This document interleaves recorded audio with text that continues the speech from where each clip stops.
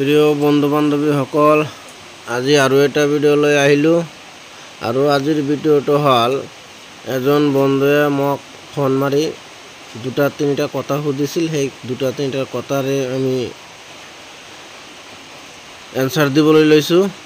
তো আপোনালোকে ধৈৰ্য সহকাৰে ভিডিঅ'টো চাব আৰু ভিডিঅ'টো ভাল লাগিলে চেনেলটো ছাবস্ক্ৰাইব কৰিব, লাইক কৰিব, শ্বেয়াৰ কৰিব, কমেণ্ট কৰিব।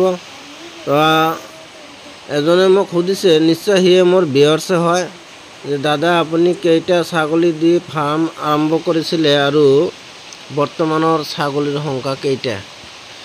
তো মই প্ৰথমত 5টা ফেমেল ছাগলী আৰু এটা লোকেল পাঠালৈ ফাৰ্মটো ষ্টাৰ্ট কৰিছিলোঁ।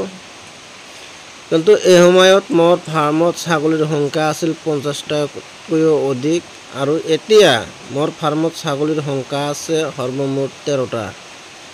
তো যেহেতু মই বেলেগ এটা কামৰ লগত জড়িত হৈ আছোঁ, তাৰ কাৰণে মোৰ ছাগলীৰ সংখ্যা কমাবলৈ মই বাধ্য হৈছোঁ।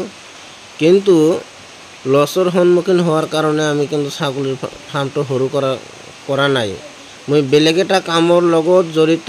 মই মাহত 3 দিনৰ পৰা 4 দিন ঘৰত থাকিব পাৰোঁ আৰু বাকী দিনবিলাক মোৰ বেলেগ কামত জড়িত হৈ থাকিব লাগে। তাৰ কাৰণে ছাগলীৰ সংখ্যা কমাইছোঁ।